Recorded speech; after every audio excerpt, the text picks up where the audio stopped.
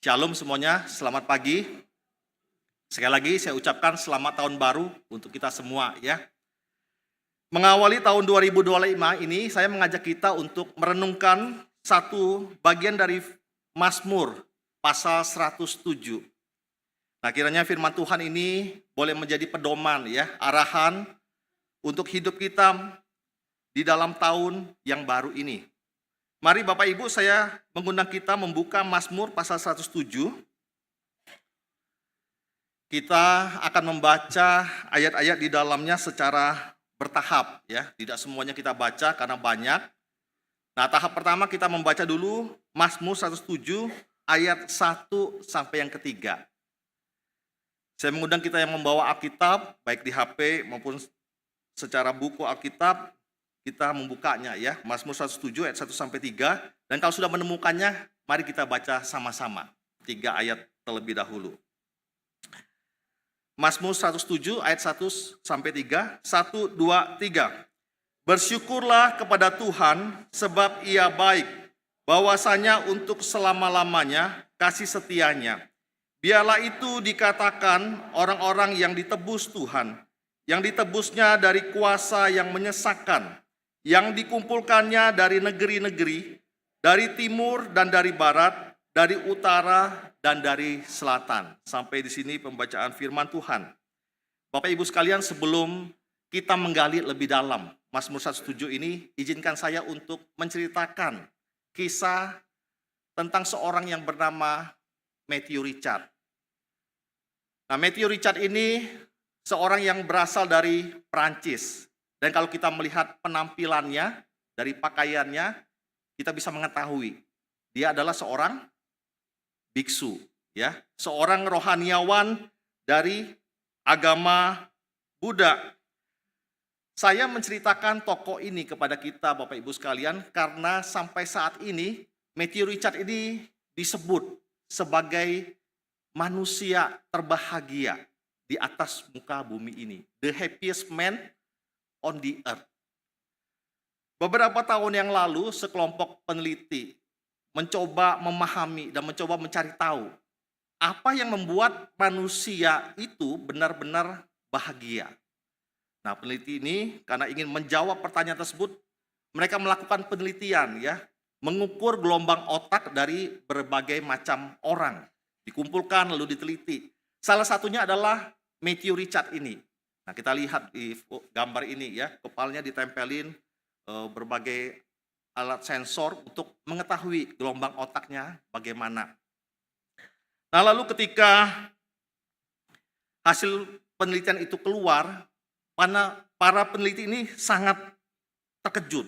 Mereka cengang dengan hasil dari gelombang otak Matthew Richard.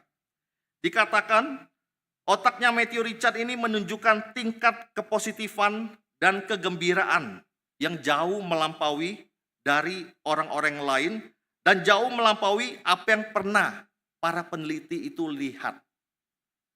Sejak saat itulah Matthew Richard disebut oleh para peneliti ini sebagai manusia terbahagia di dunia. Nah, dia ditanya ya oleh para peneliti dan juga oleh orang-orang yang mengetahui setelah dia disebut sebagai manusia terbahagia, ditanya apa yang bisa membuat dia begitu bahagia. Matthew Richard mengatakan semua karena ucapan syukur. Setiap hari dia belajar untuk menumbuhkan rasa syukur dalam kehidupannya. Nah, itu yang membuat dia merasa bahagia. Bukan karena keadaan di luar, bukan karena hal-hal yang lain, tapi karena keadaan di dalam dirinya, di mana dia menjalani kehidupannya dengan penuh rasa syukur. Bapak Ibu Saudara sekalian, kisah Matthew Richard ini sejalan dengan pesan dari Mazmur 107 yang tadi kita baca. Pemazmur di dalam Mazmur 107 mengajak kita untuk memupuk sikap syukur kepada Tuhan. Dan pagi ini mari kita bersama akan telusuri bagaimana Mazmur tadi dapat menjadi panduan bagi kita menjalani kehidupan yang bersyukur di tahun 2025 ini. Pemazmur membuka mazmurnya, membuka nyanyian pujiannya kepada Tuhan dengan berkata, bersyukurlah kepada Tuhan. Ini sebuah ajakan kepada umat Tuhan untuk bersyukur kepada Tuhan. Ajakan kepada semua umat Tuhan untuk meninggikan Tuhan. Nah, tapi kalau kita coba pikirkan lebih jauh ya, sebenarnya apa sih arti bersyukur kepada Tuhan? Apakah bersyukur itu syukur Tuhan, syukur ya? Apakah cuman demikian? Nah, menarik sekali Bapak Ibu sekalian, pemazmur waktu dia menuliskan bersyukurlah di dalam bahasa Ibraninya itu adalah yada ya. Yada mengucap syukur atau ucapan syukur. Nah, yada ini mempunyai arti mengakui atau memuji. Dan tidak hanya sampai di sana, yada ini biasanya juga dipakai dengan melibatkan ekspresi verbal. Jadi ada kata-kata yang diucapkan dan juga di hadapan banyak orang. Jadi yada ini waktu dipakai itu bukan cuma dalam hati ya, bukan cuma dalam pikiran. Tapi mengakui dan memuji itu diucapkan dengan kata-kata yang keluar dari mulut dan dilakukan di hadapan banyak orang lain. Jadi tidak sendirian di kamar ya memuji Tuhan, tapi memuji Tuhan dengan kata-kata di hadapan orang-orang lain. Nah, dari sini kita bisa kira-kira memperoleh pengertian Bapak Ibu ya, apa yang dimaksud oleh pemazmur waktu dia mengatakan bersyukurlah kepada Tuhan. Artinya pemazmur itu meminta kita untuk mengakui Tuhan, memuji Tuhan dengan kata-kata kita di hadapan orang banyak.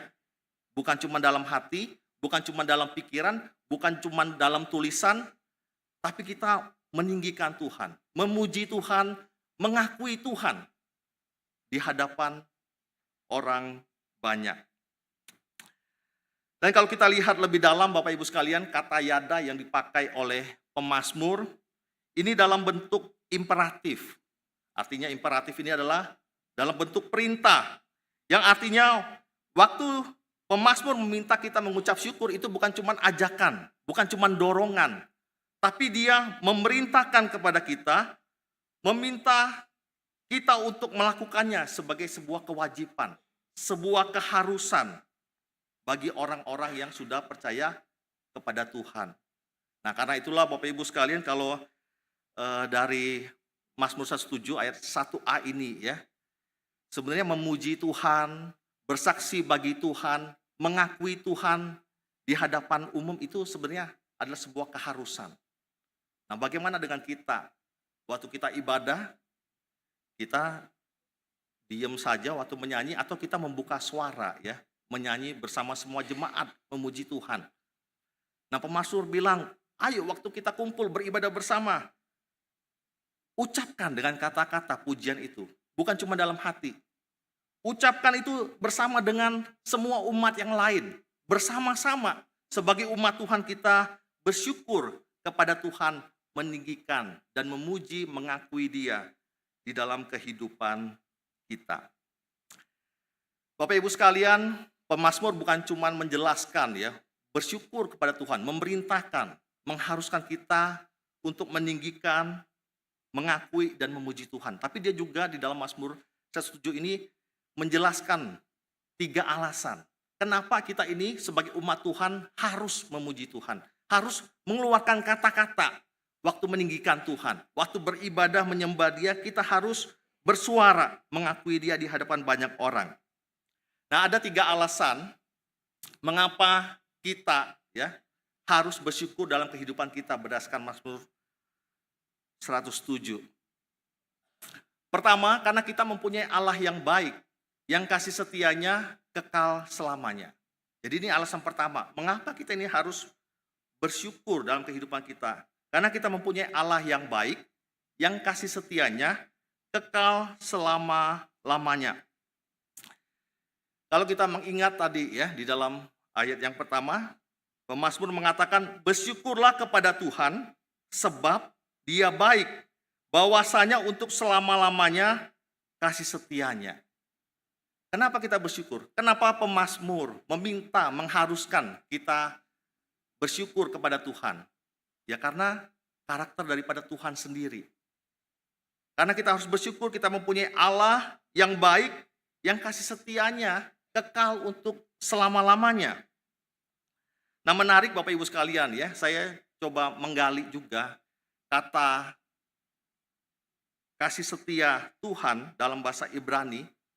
Yang dipakai di sini adalah hesed. Nah hesed ini adalah biasa diterjemahkan dengan kasih, cinta, kebaikan, dan kesetiaan yang kekal selama-lamanya ya.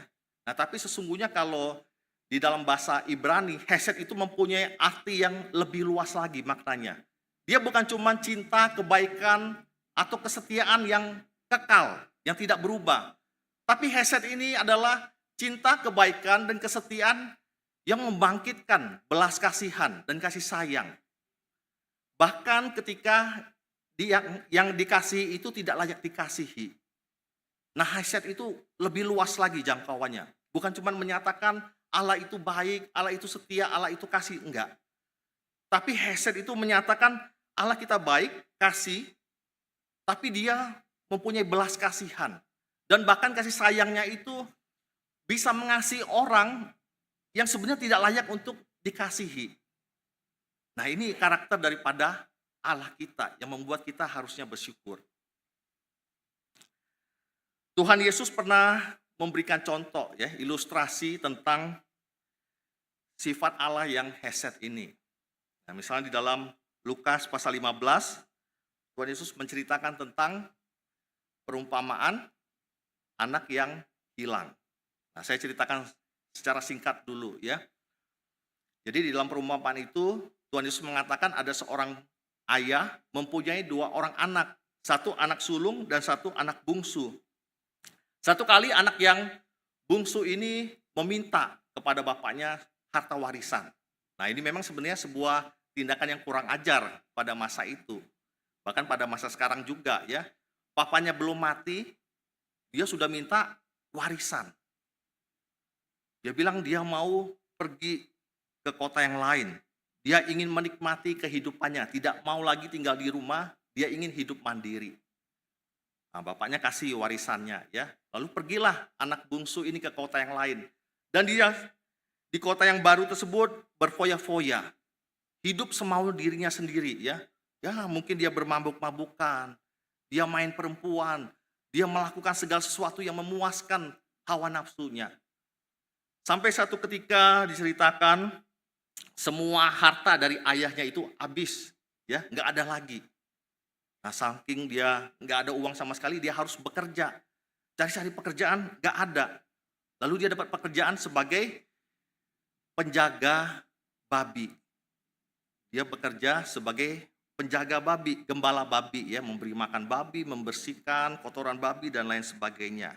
Bahkan saking sulitnya kehidupannya sebagai penjaga babi, diceritakan dalam Lukas 15 tersebut, dia kelaparan satu kali ya waktu lagi bekerja itu. Dia mau makan nggak ada makanan. Sampai akhirnya dia memakan makanan babi tersebut. Karena memang nggak punya uang ya. Dan perutnya lapar. Jadi dia makan makanan babi. Nah di dalam kondisi yang paling rendah tersebut Bapak Ibu sekalian, anak bungsu ini teringat ya dengan kondisi di rumah bapaknya. Bapaknya juga punya karyawan. Nah karyawan-karyawan bapaknya dia ingat hidupnya jauh lebih baik daripada dia. Bisa makan yang enak, hidupnya juga terjamin, hidupnya baik. Dia bilang, kalau begitu kenapa saya bekerja di sini sebagai penjaga babi? Lebih baik saya bekerja kepada bapak saya. Gak apa-apa saya nggak diterima sebagai anak. Saya cukup menjadi karyawan saja. Tapi saya yakin hidup saya akan jauh lebih baik. Nah setelah dia merenungkan itu, dia pulang ya kepada bapaknya. Lalu dia ingin bekerja sebagai karyawan dari bapaknya. Nah foto ini menunjukkan pada waktu dia kembali kepada bapaknya. Bapaknya itu tidak menerima dia sebagai karyawan. Tapi ayahnya itu menerima dia kembali sebagai seorang anak. Tidak ada benci, tidak ada dendam. Bahkan waktu dia pulang, diberikan pakaian yang baik. Diadakan pesta untuk anak bungsu yang awalnya ini sudah meninggalkan ayahnya tersebut. Nah, Bapak Ibu sekalian, gambaran dari orang tua anak yang bungsu ini adalah gambaran daripada Allah kita yang hesed, yang kasih setianya tidak berubah selama-lamanya. Ketika keadaan kita baik, Allah kita baik kepada kita. Ketika keadaan kita tidak baik, Allah kita juga tetap baik kepada kita. Ketika kita setia kepada Allah, Allah setia kepada kita. Ketika kita tidak setia pun kepada Allah, Allah tetap setia. Bahkan sehancur dan sebobrok apapun kehidupan kita, waktu kita datang berseru kepada Dia, Tuhan akan berbelas kasihan dan menerima kita kembali apa adanya. Nah, senang tidak punya Tuhan yang seperti ini, Bapak Ibu sekalian? Kalau saya senang ya, punya Allah yang begitu hesed, yang penuh dengan kebaikan, cinta kasih, bahkan mau menerima saya, yang mungkin tidak layak untuk diterima, yang mungkin seharusnya dihukum, tapi Dia masih mau menerima. Nah, karena itulah Bapak Ibu sekalian, sungguh indah sekali ya, pemazmur itu mengatakan, mengapa kita ini wajib bersyukur, wajib meninggikan Dia, wajib mengakui Dia dengan kata-kata di hadapan banyak orang. Karena kita punya Allah yang hesed, yang karakternya, yang sifatnya itu hesed, setia selama-lamanya. Pemazmur memerintahkan kita untuk mendasarkan ucapan syukur kita kepada karakter Allah dan bukan kepada keadaan.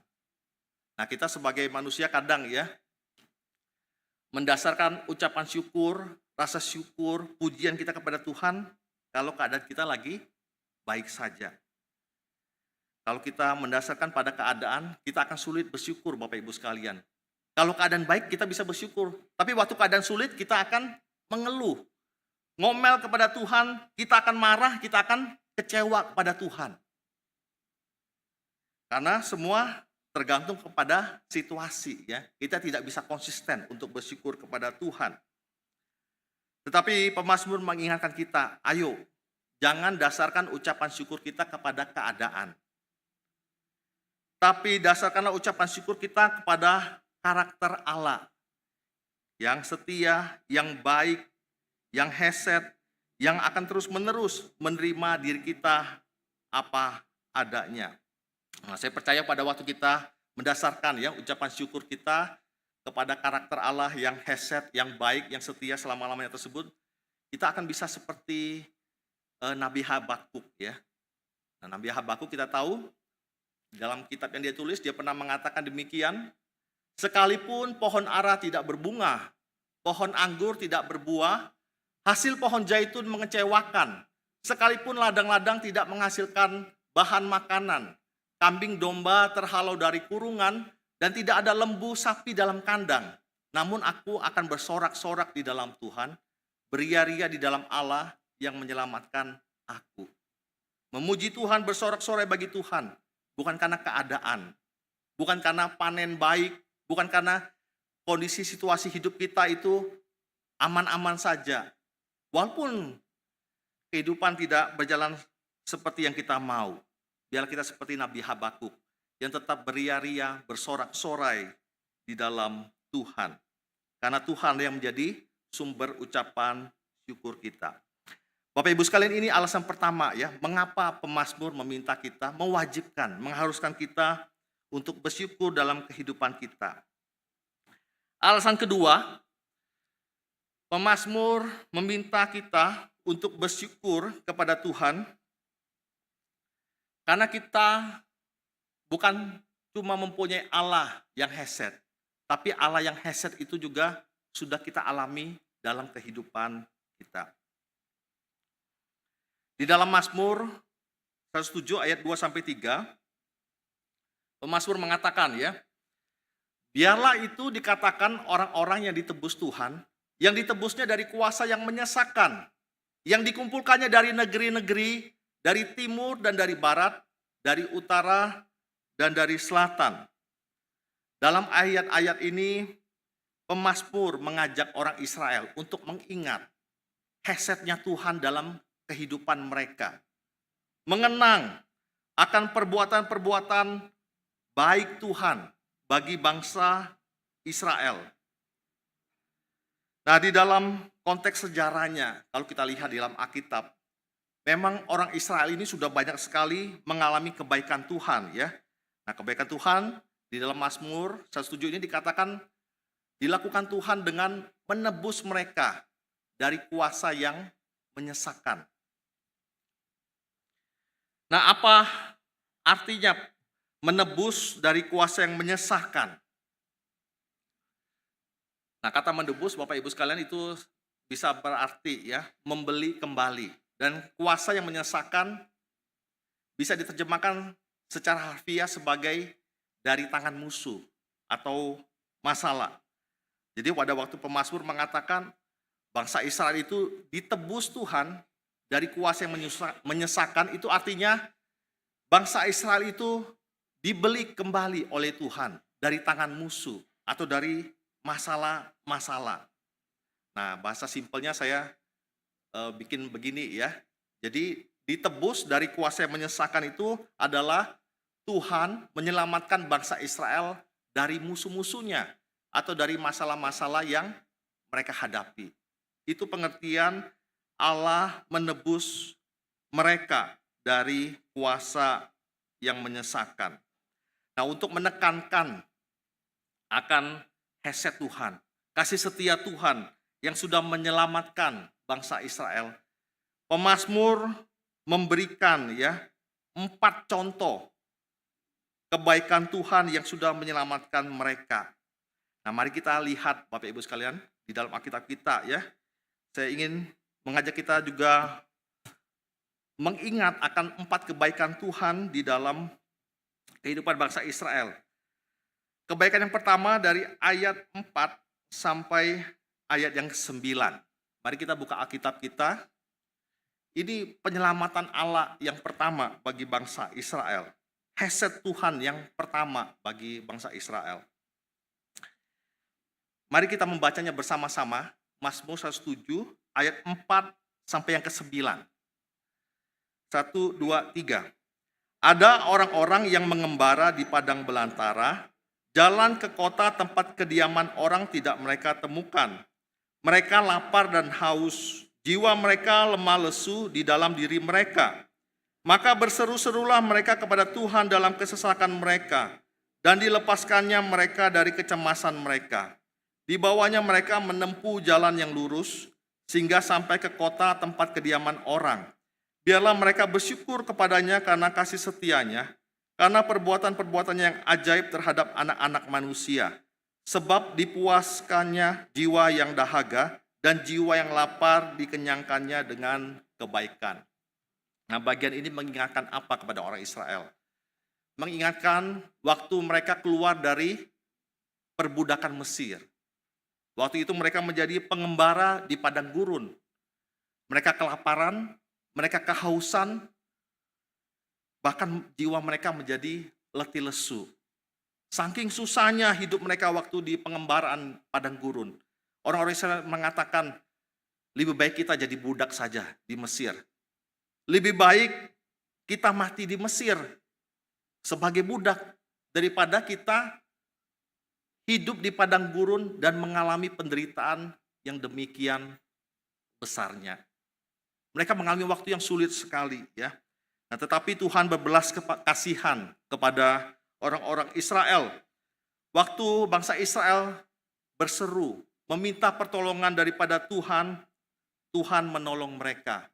Tuhan memberikan mereka makan, memberi mereka minum, memberi mereka tiang api waktu malam supaya mereka tidak kedinginan, memberi mereka tiang awan waktu siang supaya mereka tidak kepanasan. Dan akhirnya mereka dituntun Tuhan sampai ke tanah perjanjian. Bangsa Israel, umat Tuhan diingatkan akan penyelamatan Tuhan dalam kehidupan mereka. Sekarang kita akan melihat kebaikan Tuhan yang kedua yang menyelamatkan mereka. Mari kita baca ayat 10 sampai yang ke-16. Mari kita buka suara bersama-sama, 1, 2, 3. Ada orang-orang yang duduk di dalam gelap dan kelam, terkurung dalam sengsara dan besi, karena mereka memberontak terhadap perintah-perintah Allah dan menista nasihat yang maha tinggi.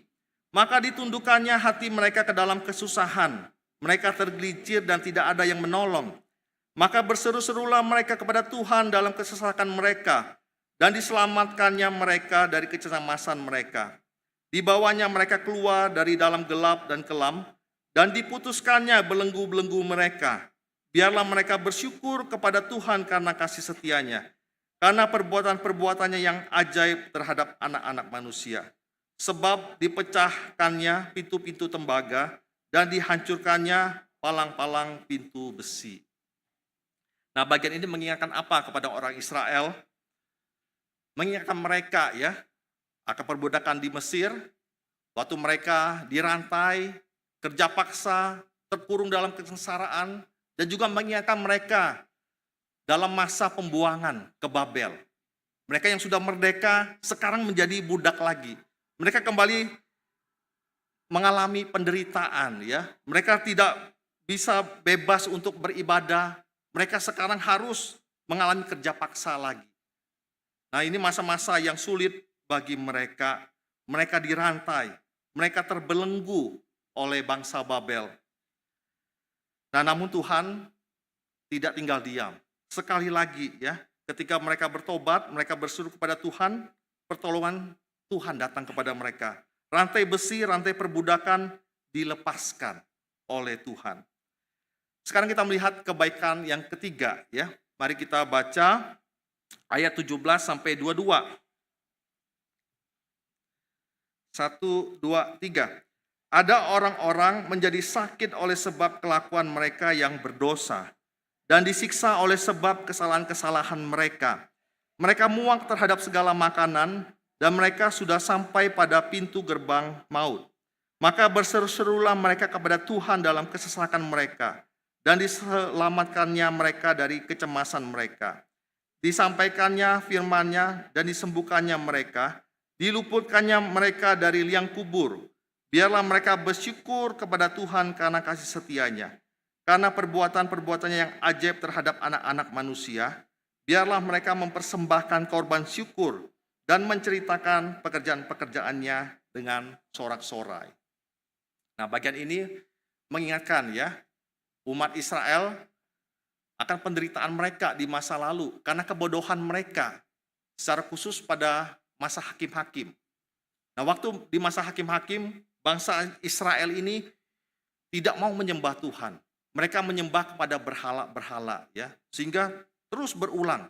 Mereka dihukum Tuhan, kalah perang, mereka diserang oleh bangsa-bangsa sekitar mereka. Nah, dikatakan oleh firman Tuhan, itu adalah kebodohan mereka. Mereka membuat penderitaan mereka sendiri ya. Nah, tetapi dikatakan juga dalam Mazmur tadi, waktu mereka berseru pada Tuhan, waktu mereka bertobat, maka Tuhan mengirimkan pertolongan, mengirimkan hakim-hakim, mengirimkan Gideon, Deborah, dan hakim yang lain untuk menebus mereka, menyelamatkan mereka dari tangan musuh-musuh mereka. Nah, ini kebaikan yang ketiga ya. Kita lihat kebaikan yang keempat yang diingatkan oleh pemazmur kepada bangsa Israel. Ayat 23 sampai 32. Mari kita kembali membacanya bersama-sama. 1, 2, 3. Ada orang-orang yang mengarungi laut dengan kapal-kapal, yang melakukan perdagangan di lautan luas. Mereka melihat pekerjaan-pekerjaan Tuhan dan perbuatan-perbuatannya yang ajaib di tempat yang dalam. Ia berfirman, maka dibangkitkannya angin badai yang meninggikan gelombang-gelombangnya. Mereka naik sampai ke langit dan turun ke samudera raya. Jiwa mereka hancur karena celaka. Mereka pusing dan terhuyung-huyung seperti orang mabuk dan kehilangan akal. Maka berseru-serulah mereka kepada Tuhan dalam kesesakan mereka, dan dikeluarkannya mereka dari kecemasan mereka. Dibuatnyalah badai itu diam, sehingga gelombang-gelombangnya tenang. Mereka bersukacita sebab semuanya reda, dan dituntunnya mereka ke pelabuhan kesukaan mereka. Biarlah mereka bersyukur kepada Tuhan karena kasih setianya, karena perbuatan-perbuatannya yang ajaib terhadap anak-anak manusia. Biarlah mereka meninggikan Dia dalam jemaat umat itu, dan memuji-muji Dia dalam majelis para tua-tua. Nah, bagian ini adalah penyelamatan Tuhan yang keempat ya kepada bangsa Israel. Nah, bagian ini mengingatkan bangsa Israel bahwa Allah itu yang mereka sembah berkuasa atas alam semesta. Sehingga mereka harus mengandalkan kepada Allah yang mereka sembah. Jangan mengandalkan diri sendiri. Mereka pergi naik kapal di lautan ya. Mereka tidak bisa mengendalikan akan gelombang, akan badai yang terjadi. Mengingatkan mereka Tuhan yang harus mereka andalkan. Dan kalau kita lihat di dalam sejarah Israel, Bapak Ibu sekalian, Tuhan itu sudah banyak sekali menunjukkan ya, dia melebihi atas alam semesta ini. Nah, misalnya saya bawa satu contoh ya, dalam kehidupan Israel, waktu Tuhan menyetop geraknya matahari dan bulan pada masa Yosua ya, waktu Israel berperang melawan musuh-musuhnya. Nah, di sana dikatakan, lalu Yosua berbicara kepada Tuhan, pada hari Tuhan menyerahkan orang Amori itu kepada orang Israel. Dia berkata di hadapan orang Israel, matahari berhentilah di atas Gibeon dan engkau bulan di atas lembah Ayalon. Maka berhentilah matahari dan bulan tidak bergerak sampai bangsa itu membalaskan dendamnya kepada musuhnya. Matahari tidak bergerak di tengah langit dan lambat-lambat terbenam, kira-kira sehari penuh. Nah, waktu pemazmur mengingatkan ya, bagian yang keempat tadi, orang Israel itu langsung akan nyambung, ngerti, oh ya, Tuhan memang berkuasa atas alam semesta ini, karena sudah berkali-kali Tuhan menunjukkan kuasanya atas alam semesta. Nah, Bapak Ibu sekalian, pengalaman-pengalaman ya dari bangsa Israel ini menjadi dasar untuk mereka mengucap syukur kepada Tuhan. Dan pengalaman-pengalaman dari bangsa Israel ini juga ya, saya yakin bukan cuma dialami oleh bangsa Israel, tapi dialami oleh setiap kita juga sebagai umat Tuhan. Ya, kita mungkin tidak mengalami ya semuanya secara langsung dirantai dengan besi ya. Mungkin kita belum pernah masuk penjara, mungkin dari kita juga tidak mengalami perbudakan seperti yang dialami orang Mesir ya. Nah, tapi gambaran-gambaran penyelamatan Allah terhadap 4 kejadian di bangsa Israel itu ya bisa juga ya kita alami secara tidak langsung ya. Nah, mungkin setiap kita dulunya adalah orang-orang yang hidup dalam belenggu dosa ya, belenggu-belenggu kecanduan. Kita mungkin tidak bisa lepas dari dosa-dosa tertentu. Wah, kita sepertinya harus ikutin maunya dosa tersebut. Kita hidup dalam kegelapan. Kita hidup dalam rantai dosa. Nah, kita mungkin juga seperti orang Israel yang mengembara. Kita enggak mengembara di padang gurun, tapi mungkin kita mengembara ya di dalam jiwa kita, mencari kedamaian, mencari kepuasan, mencari kebahagiaan. Tapi apa mungkin yang kita dapat? Enggak ada ya. Kita mengembara dalam kekosongan, dan bahkan mungkin dalam pengembaraan itu kebodohan demi kebodohan kita lakukan dalam kehidupan kita. Nah, akhirnya kita termasuk di dalam orang-orang yang harus dibinasakan ya karena dosa kita.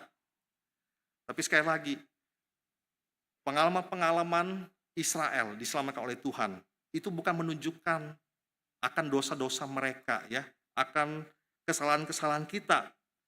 Tapi 4 contoh tadi menunjukkan akan Allah yang hesed, akan Allah yang baik, yang kebaikannya melampaui pikiran kita.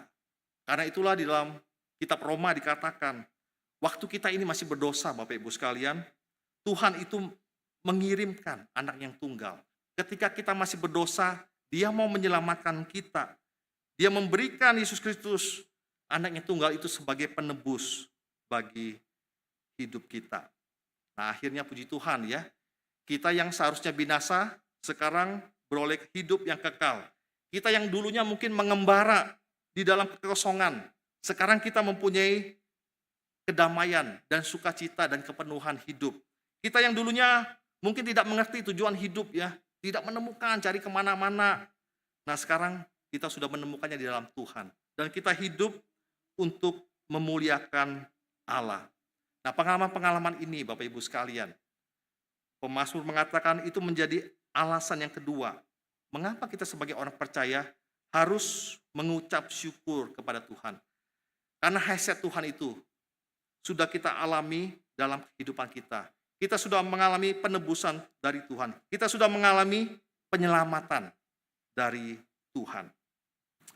Nah, kita akan melihat alasan yang ketiga, mengapa pemazmur itu mengharuskan kita, mewajibkan kita untuk mengucap syukur kepada Allah. Yang ketiga, karena Allah yang baik dan setia itu bukan saja telah menolong di masa lampau, tetapi akan menolong kita di masa yang akan datang. Bapak Ibu sekalian, kalau kita tadi melihat Mazmur 107 ayat 4 sampai 32, pemazmur memberikan sebuah pola ya yang kelihatan jelas sekali. 4 kali ditekankan di sana, polanya adalah masalah terjadi, berseru, dan Tuhan akan menolong. Nah, pola ini diulang 4 kali ya, menggambarkan 4 pengalaman bangsa Israel yang diselamatkan Tuhan.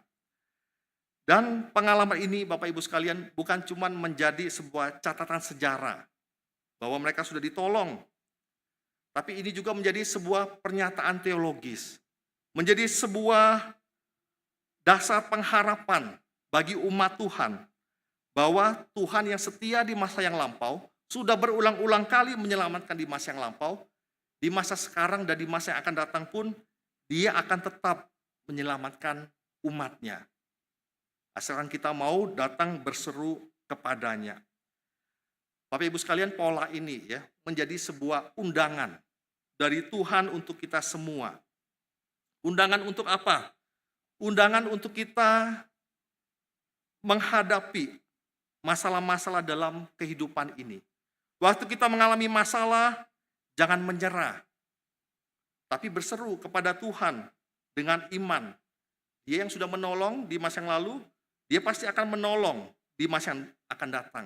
Karakternya, hasetnya adalah jaminan bagi kita semua bahwa Dia akan menolong dan tidak akan pernah meninggalkan kita.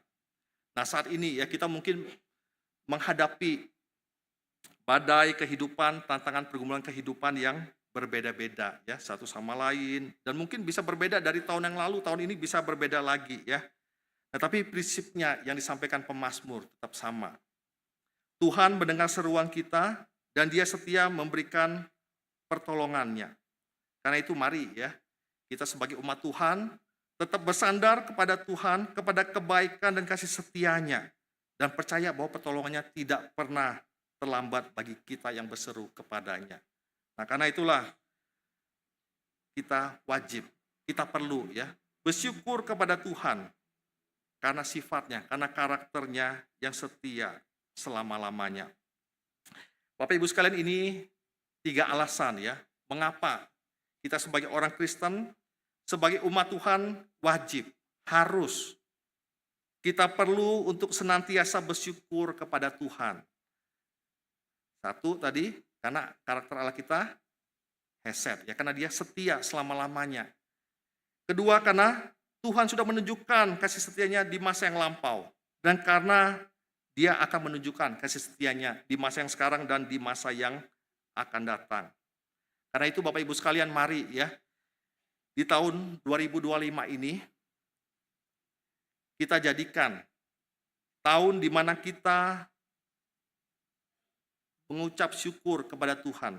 Kita jadikan tahun ini sebagai tahun di mana kita terus beriman dan mengandalkan Tuhan dalam kehidupan kita.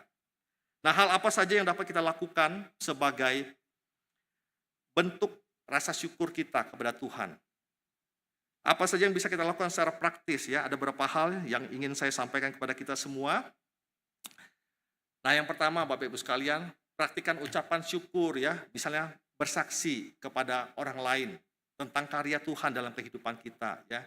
Mari kita jadikan ini sebuah kebiasaan, sebuah gaya hidup. Ceritakan tentang Tuhan, ceritakan hal-hal kecil yang mungkin Tuhan sudah lakukan untuk kehidupan kita. Nah, kita bagikan itu kepada orang lain. Lalu kita ketika beribadah ya, kita bersama umat Tuhan dalam gereja memuji Tuhan ataupun mungkin di rumah kita ya. Nah, mari kita menyanyi, meninggikan Dia dengan sungguh-sungguh, keluarkan suara untuk memuliakan Tuhan. Jangan diem-diem saja, jangan simpan dalam hati ya. Ucapkan itu sebagai bentuk pengakuan kita di hadapan banyak orang bahwa Allah kita baik, Allah kita adalah sumber pengharapan kita. Nah, yang selanjutnya, ucapan syukur itu bisa kita praktekkan dalam doa pribadi atau doa bersama. Waktu kita berdoa, jangan cuma minta-minta saja kepada Tuhan, tapi ucapkan juga syukur atas kebaikan Tuhan dalam kehidupan kita. Kebaikan Dia di masa lampau, ingat pertolongan-pertolongannya di masa lalu, dan nyatakan syukur kita ya kepada Tuhan. Selanjutnya kita juga bisa menjadikan doa sebagai respon pertama ketika kita menghadapi kesulitan. Jangan mengandalkan kekuatan sendiri, jangan mengandalkan kekuatan orang lain di sekitar kita ya, tapi mari kita andalkan Tuhan. Dia Allah yang berkuasa atas alam semesta ini, dan Dia sudah menunjukkan kasih-Nya kepada kita. Mari kita meminta pertolongan kepada Dia. Yang terakhir Bapak Ibu sekalian, mari ya kita sebagai bentuk ucapan syukur kepada Tuhan, latih diri kita untuk hidup dengan iman. Jangan terlalu khawatir akan masa depan kita ya. Ya khawatir sih boleh-boleh saja, itu wajar saja ya. Tapi mari kita jangan khawatir seperti orang yang tidak punya Tuhan. Kita jangan sampai khawatir sepertinya kita tidak punya pengharapan sama sekali. Ingat, Mazmur 107 mengingatkan kita, pengalaman pertolongan Tuhan begitu banyak di masa lalu ya bagi bangsa Israel. Dan itu juga menjadi satu landasan kita untuk percaya dan tidak khawatir bagi kehidupan kita di masa sekarang dan di masa yang akan datang. Amin, biarlah ini boleh menjadi perenungan kita di tahun yang baru ini. Mari kita hidup bersyukur kepada Tuhan, dan biarlah kita mengakui ya, meninggikan Tuhan setiap hari dalam kehidupan kita. Amin, mari kita berdoa.